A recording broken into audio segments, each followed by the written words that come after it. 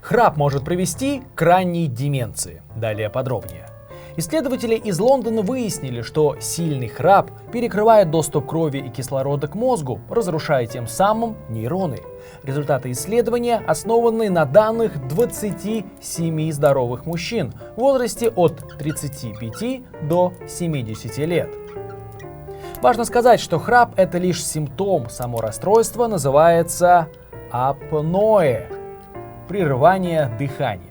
Синдром обструктивного апноэ сна – СОАС. Распространенная патология, которая может вызывать потерю мозговой активности. Ранее это связывали с высоким давлением, сердечно-сосудистыми заболеваниями и диабетом второго типа. Теперь же список заболеваний, как вы понимаете, пополнился. Сейчас специалисты продолжают изучать влияние апноэ на мозг человека. Однако уже сейчас ясно, если вы сильно храпите, оставлять это без лечения не стоит.